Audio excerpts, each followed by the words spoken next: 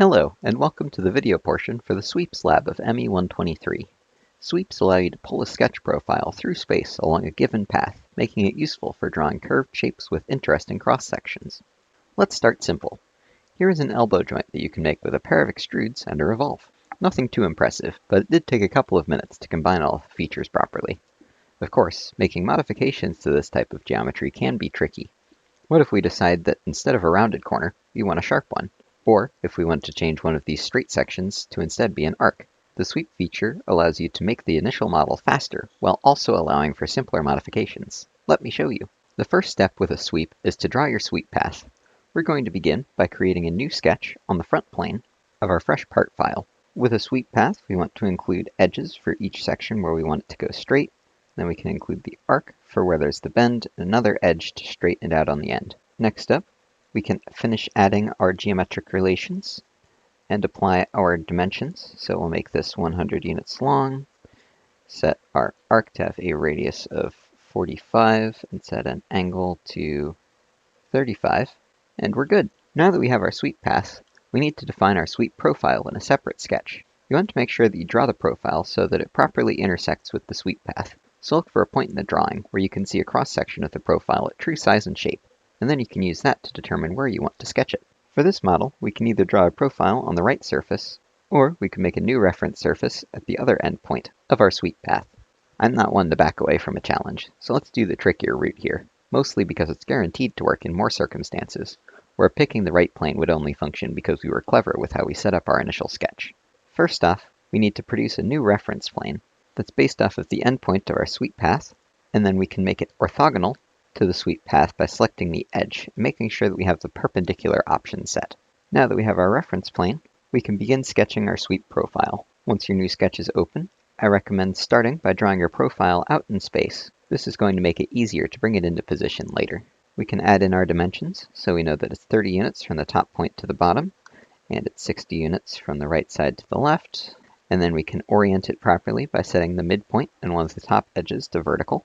And at this point, we only need to position our sweep profile so that it properly matches up with the sweep path. To do this, we're going to want to use a special relation called the pierce relation. First, we pick a point on the profile, and then we're going to select an edge or a line in the previous sketch that pierces the plane that we're sketching on. The pierce relation is going to set the point on our sketch profile to live exactly at the point where the line or edge pierces with our current sketch plane. Here, it functions similar to coincident, but this is much more reliable when sweeps are involved. We'll get into another example later. Now that we have our profile drawn, we can exit our sketch and pop back over to the Features tab and select Swept Bossed Base. In our menu, we can choose the sweep profile for the blue box and the sweep path for the pink box, and we can see in the preview window that this looks like it's going to work out just the way that we want it to. While we're here, let's take a peek at some of the other options. Profile orientation defines how the profile moves along the sweep path. Follow path is going to ensure that the normal vector of our sketch stays aligned with the tangent vector of the path, meaning that the sketch's orientation changes as it goes around corners or arcs. Keep normal constant does what it says on the tin. The profile's plane stays oriented the same way as if it goes the entire way along the sweep path.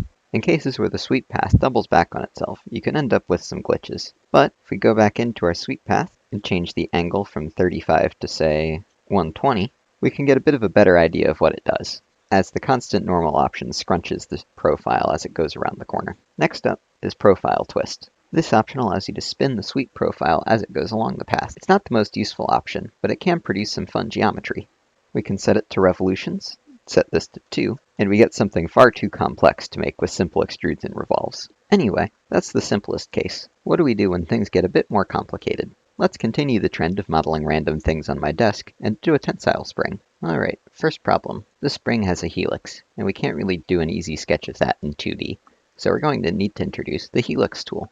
This lives under Features, Curves, Helix, and Spiral. We'll start by reading the hint, which tells us to select a plane to sketch a circle on to define our helical cross-section. I'm going to pick the top plane. From here, we draw our circle. I don't see any good reason not to draw it centered on the origin, and we will sketch it out to have a diameter of 15 units. Next up, we'll exit our sketch and swap over into our isometric view to see what we've got. So, there are 3 key variables that define a helix: its length or height, its pitch, and its revolutions. Revolutions tell you how many total times it spins around. Pitch tells you how far it is from one point on the helix to the same point one revolution up, and height just tells you how tall the helix is. Any two of these will fully define our helix, so generally you use whichever options from this drop-down menu fit the information that you're given. I happen to know the pitch and the height, so we're going to select height and pitch, choose our height to be 50, and our pitch to be 2 units. Next up, we've got the start angle and the handedness. Start angle is usually going to be a multiple of 90, and is adjusted until you match it with the drawing. Handedness is often best determined by an isometric view if available. In this case, the spring that I'm looking at has a start angle of 0, and it runs counterclockwise. If you're feeling fancy, you can add a taper to your helix, but that doesn't come up very often with this course. Now that we're done with that, check. Well, we have our helix. Let's show off a brief bit about how the Pierce and coincident relations have different behavior. I'm going to open up a new sketch on our front plane, and off to the side of our model, we're going to draw in a circle. Now, if we use coincident to try to set the midpoint of our circle to lie on the helix, we can see that the circle gets attached to the helix, but it can still move about. But its exact position is not yet fully locked down. However, if we go back and instead use the Pierce relation, we can see that the center point of our circle is snapped to the point where the helix pierces our sketch plane. Sometimes Pierce and coincident can lead to the same end results, but Pierce is going to be more consistent in doing what we want, so that's the recommended relation for these types of problems. Anyway, deleting this sketch and returning to our regularly scheduled video, if your sweep is going to have a helix, I usually recommend drawing that first, as it's easier to draw new sketches based off of the helix than it is to try to base your helix off of prior sketches. Now, here comes the tricky part. The sweep feature only allows you to include a single sketch, or curve, as your sweep path, but we can't really add to the helix without making new sketches. What we need is a tool that allows us to stick several sketches together into some kind of composite curve.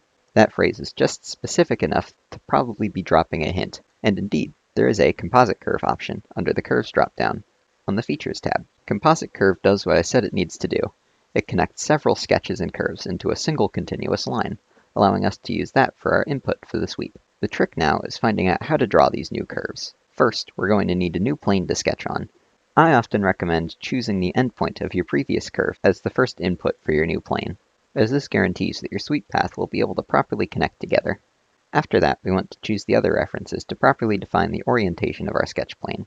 Let's use the top plane from our drop-down here, and make sure that's set to parallel.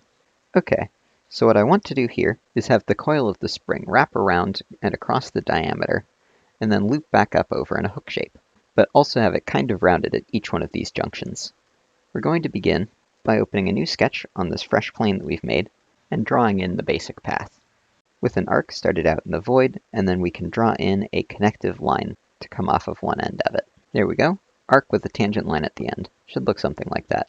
Now, in order to connect our new sketch up to the end of the previous sketch, we need to use the Pierce relation again. We'll select a point in our current sketch, and then the edge of our previous sketch, and we'll choose the Pierce relation from the menu.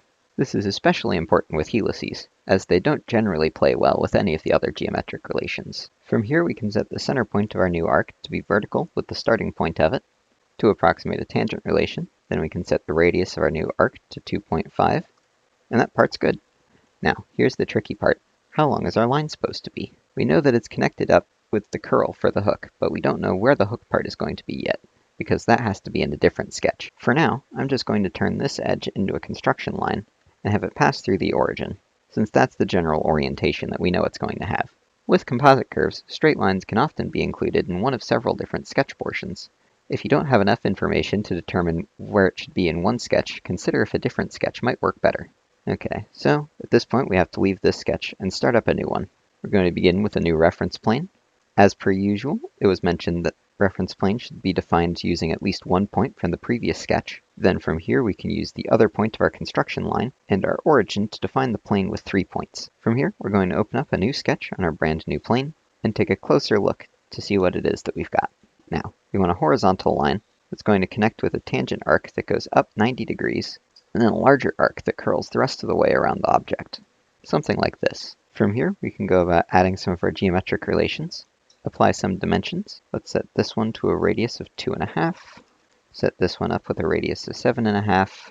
And then we can begin merging our path together by selecting the endpoint there and this edge here and applying our Pierce relation. Add our last few geometric relations to finish fully defining our sketch. And with one more horizontal, we're done. Now, to create the composite curve, all we have to do is exit the sketch, pop over to the Features tab, and select Composite Curve from the drop-down. For our composite curve, we'll select all of the bits in order, so we'll start with the hook, then the arc, and then the helix, and hit our checkbox to stitch them all together. Now, we have two options. We can either draw in our circular profile, or, on the sweep feature itself, we can select the circular profile option. Enough things have circular cross-sections that they've decided to be nice and just give us that one. We'll type in our desired diameter, and select the sweep path from the view window, and checkbox to finalize.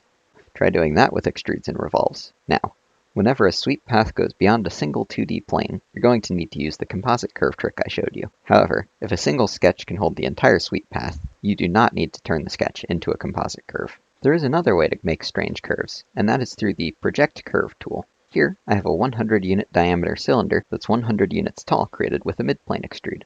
Let's project a curve onto it. I'm going to start by creating a new sketch on the front plane, and we'll draw a circle centered on the origin with a diameter of 70 units. Once we exit our sketch, we can pop back over to the Features tab, go to Curves, and then select Project Curve. From here, we can choose a face that we want to project our sketch onto, making sure that we have our sketch selected for this box, and then we can reverse the direction to pop it to the other side of the cylinder. If we would like, we can also set it to bidirectional, to have it so that it's both on the front and the back of our shape. Anyway, once we're set with that, we can hit our checkbox, and we now have a brand new curve that we can use as part of our sweep. To change things up, let's do a swept cut, set it to a circular profile, and choose this sweep path to wrap things up. Make sure that our diameter matches what we were given, hit our checkbox, we have a nice circular shape that's been carved into our cylinder. Alright, next up, guide curves. This is a very powerful tool built into the sweep feature that allows you to modify the profile as it follows your sweep path. Let's start nice and simple. As usual, we'll begin by creating our sweep path. Let's just draw in an arc on the front plane, starting at the origin, pointing upwards, set the center point and the starting point to be vertical, set the radius to 100 units, and we'll angle the arc to go for about 45 degrees. Next up, whenever you're using a guide curve with your sweep, you must draw the guide curves in before your sweep profile. It's best design practice to use a separate sketch for each guide curve. I'm going to open up another new sketch on our front plane, and at this point we're going to draw in two straight lines, one starting here, one starting here, then we'll go about fully defining it, and lastly we can exit our sketch. Now that we have our guide curves done, we can draw in our sweep profile. Let's do a hexagon on the right plane, and here's where things get tricky. When we're drawing our shape, we need to make sure that it's pierced to both the sweep path and the guide curve. As our sweep profile moves across the sweep path, it will be using the guide curve to define its geometry at different points. Effectively, our profile sketch is being redrawn at each point along our sweep path, using the guide curve as part of its new definition. Let's actually see what this looks like. We're going to go over to Features, Swept Boss Base, make sure we have our sketch profile selected for the blue box. The pink box will choose our arc, and to add our guide curve, we'll drop down here, and select our angled geometry. Ta-da! Okay, a few things to note. The sweep feature is going to end when it runs out of sweep path or guide curve, whichever comes first. Depending on how you have it defined, it's often best to have them both end at the same point, which can usually be done by drawing an orthogonal construction line at the end of the sweep path, and using that to define your guide curve's endpoint like I did earlier.